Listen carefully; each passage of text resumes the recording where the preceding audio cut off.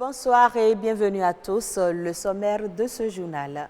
Depuis le début de l'épidémie du coronavirus et des mesures de confinement, les salons de coiffure souffrent du respect des règles, notamment de la distanciation sociale, et pourtant ils doivent ouvrir pour répondre à la demande. 3 jeunes sur 4 de moins de 25 ans ont déjà ressenti des troubles de l'audition pour leur vie. La première cause est la forte exposition sonore qui peut engendrer une fragilisation de l'audition. Travailler dans un environnement extrêmement froid peut être dangereux pour la santé, voire mortel dans certaines circonstances. Quelles sont les conséquences d'une exposition prolongée au froid? On en parle.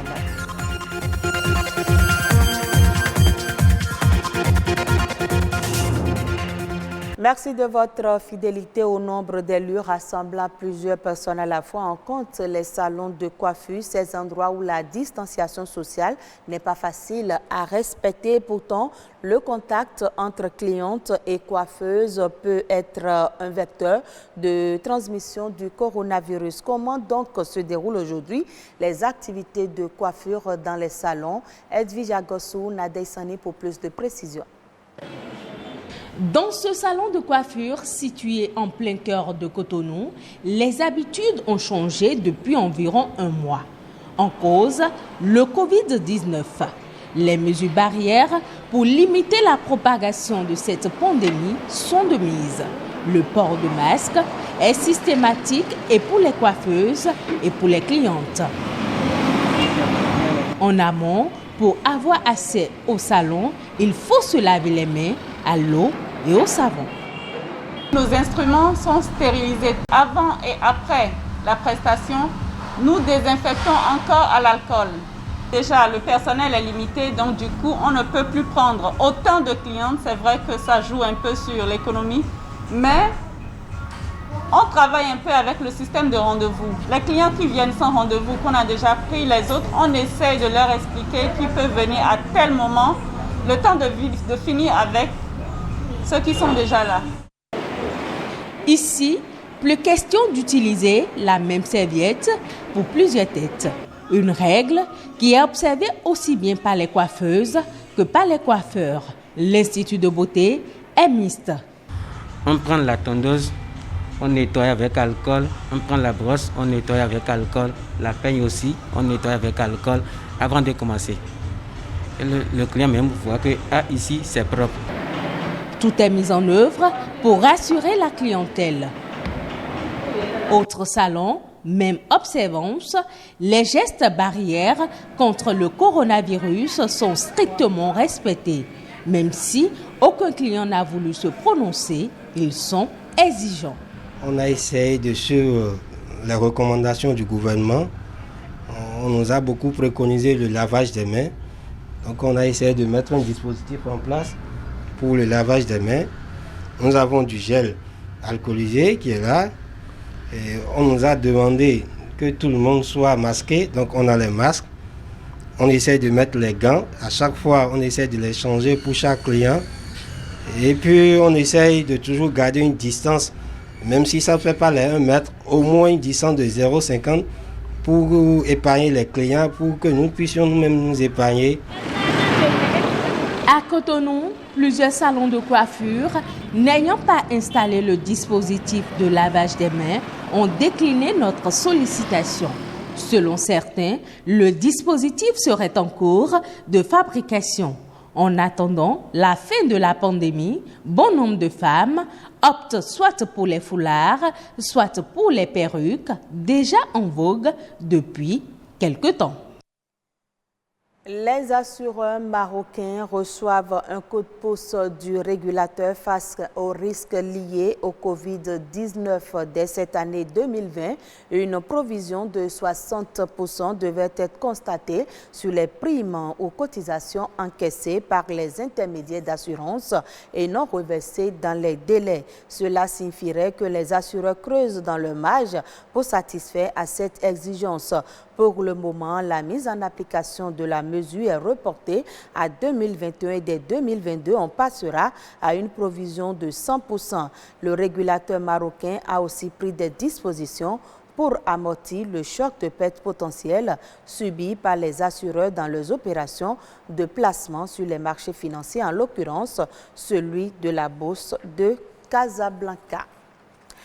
S'il y a des personnes qui naissent sourdes, il y a d'autres qui le deviennent par imprudence, notamment à cause de certains comportements peu recommandables qui endommagent progressivement leur organe récepteur de son. En effet, selon certaines études, 3 jeunes sur 4 ont déjà ressenti des troubles auditifs dans le monde. Une perte d'audition qui se produit lorsqu'une partie des signaux sonores arrivant à l'oreille externe n'atteint plus le cortex cérébral, ce qui se caractérise par une diminution provisoire ou permanente des facultés auditives. Pour mieux comprendre, suivons cette interview réalisée par Joseph Ponquet-Dotou. Le cerveau, pour son fonctionnement propre, émet des ondes électromagnétiques de très faible fréquence. D'accord ? Chez un adulte, ces fréquences varient de 8 à 20 Hz et chez les enfants, les fréquences sont plus basses. Et les téléphones portables utilisent également pratiquement les mêmes ondes, mais à des fréquences plus élevées. Ce qui fait que l'utilisation de téléphone portable de plus de 30 minutes par jour pendant plus de 5 ans expose à un risque accru de tumeurs du cerveau qu'on appelle méningiome, des gliomes. Les gliomes, ce sont des tumeurs selon leur grade qui peut avoir une malignité très sévère et donc conduire à un décès. Il y a ce que l'on appelle les troubles neurocomportementaux qu'on peut observer chez des sujets qui ont une utilisation abusive du téléphone portable, mais pas que du téléphone portable. Il faut inclure en même temps tous les outils assimilés. Les casques sans fil, Bluetooth, c'est pareil. Les routeurs Wi-Fi, c'est pareil. Ils vont réunir des troubles tels que les troubles mineurs du sommeil. Donc, c'est un sujet qui va se réveiller le matin avec un sommeil peu réparateur. Donc, il se réveille le matin plus fatigué qu'il ne l'était la veille en se couchant. Il y a des troubles de l'attention, des troubles de la concentration. Les conseils pratiques que je pourrais énumérer, déjà ceux qui utilisent les téléphones portables pour justement les appels téléphoniques, réduire la durée des conversations téléphoniques. Il vaut mieux faire un appel très court et après peut-être échanger par SMS que de garder le téléphone longtemps à l'oreille. Pour ceux qui, pour des raisons professionnelles, doivent faire plusieurs heures au téléphone, c'est recommandé d'utiliser les écouteurs, les casques à fil. Donc les écouteurs à fil, c'est plus sain que les écouteurs, les casques sans fil qui utilisent le Bluetooth. Et ne pas dormir près de leur téléphone la nuit. Il faut couper le téléphone parce que même éteint, le téléphone portable émet toujours des ondes et reçoit des ondes. Et le reprendre le lendemain, comme ça vous avez une nuit plus paisible et moins perturbée par ces ondes qui pourraient nuire. En milieu professionnel, nombreux sont ces agents qui s'exposent au froid jusqu'à une température de moins de 15 degrés. Cette situation peut avoir des risques plus ou moins graves sur la santé des salariés. Quelles sont les conséquences d'une exposition prolongée au froid? Evra Ranani et Louis Koudogbo nous éclairent sur le sujet. Moins 31 degrés Celsius à l'intérieur de cette chambre froide et 30 degrés à l'extérieur. Charles brave le froid pressant de cette chambre froide pour répondre aux commandes des clients. Il y entre pour chercher le poisson et ressort quelques minutes après. Au début, c'est un peu difficile, c'est-à-dire quoi? On a peur d'y entrer, mais avec le temps, quand on s'adapte à ça, même sans les tenues, on rentre facilement. Comme lui, Simon travaille aussi dans une chambre froide. Là-bas comme ici, la fraîcheur dépasse les moins 30 degrés Celsius. Leur aller-retour incessant dans ce milieu frigorifique peut paraître à première vue sans risque. Et pourtant, lorsqu'on pénètre dans la chambre froide, lancée à pleine puissance, on souffle dans notre peau. À notre sortie, nous avons les mains dures, nous avons le nez qui coule, nous ressentons des douleurs. Quand je sors de la chambre froide, je me mets souvent au soleil pour me réchauffer avant d'y retourner. Des conditions de travail qui ne sont pas sans effet sur la santé. Le travailleur qui travaille de façon permanente, c'est son travail de rester dans un milieu frigorifique, le véritable risque, c'est l'hypothermie. C'est très dangereux pour la personne si la personne dure dedans. On peut même en mourir. La symptomatologie est faite surtout de frictions. puisque la température du corps humain est liée à la température du sang. Donc, quand la température baisse au niveau du sang jusqu'à un degré donné, la personne a tellement froid qu'il frissonne. Il peut avoir des crampes, il peut avoir même de douleurs au niveau de la tête, au niveau des yeux, au niveau de l'ORL par exemple, au niveau du nez, il peut y avoir de congestion nasale, il peut y avoir une rhinorrhée, c'est-à-dire il peut y avoir des écoulements. Mais c'est surtout les frissons qui constituent les signes d'alerte. Travailler en permanence dans un environnement froid pourrait donc non seulement être dangereux pour la santé, mais aussi mortel selon les spécialistes. Écourter les durées d'exposition au froid pour préserver sa santé est certes nécessaire, mais il importe de privilégier des vêtements assurant le meilleur compromis entre le niveau de protection et les exigences inhérentes à la tâche à effectuer. Je vous invite à suivre à présent La Nation en bref, condensé de l'actualité réalisé par Rodrigue Babagbeto.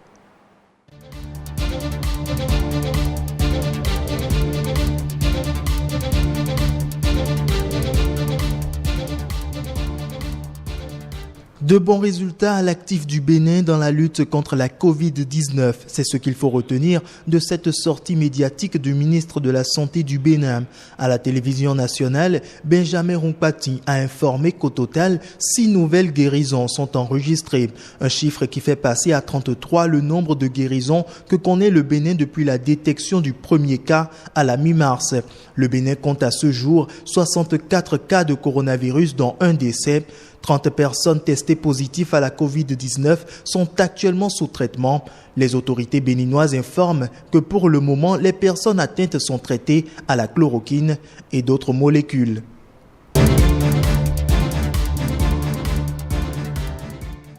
Le cordon sanitaire établi autour de certaines localités du Bénin ne sera pas levé avant le 10 mai prochain à minuit.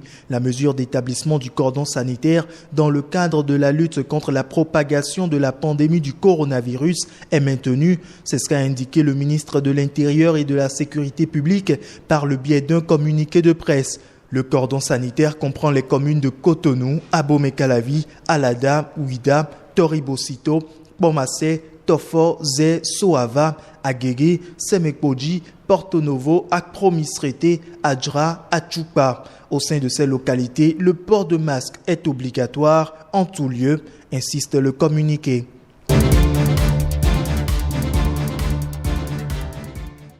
Comment préserver le tissu économique béninois et les emplois qui y sont associés en cette période de pandémie? Les organisations d'employeurs et des travailleurs du Bénin s'intéressent à la question. Elles proposent des mesures d'atténuation des effets corrosifs de la Covid-19. Au nombre de ces mesures, la création d'un cadre de concertation tripartite, État, secteur privé, travailleurs. Ce préalable devrait ouvrir la voie à l'intensification des dispositions de lutte contre le coronavirus, puis aux mesures en faveur des entreprises et de la sauvegarde des emplois, partant des aménagements d'ordre fiscal aux facilités douanières et bancaires conformément aux instructions de la BCAO, ainsi qu'à des dispositifs de sauvegarde des entreprises et de protection des travailleurs. Une mesure phare reste aussi la création d'un fonds de relance préconisé au Bénin, à l'instar d'autres pays du monde. Tous les secteurs économiques sont affectés par la crise sanitaire, avec plus d'acuité dans les secteurs d'activité tels que le commerce, les transports, l'hôtellerie, le tourisme, l'événementiel, les unités industrielles et bien d'autres qui subissent durement les conséquences désastreuses de la pandémie.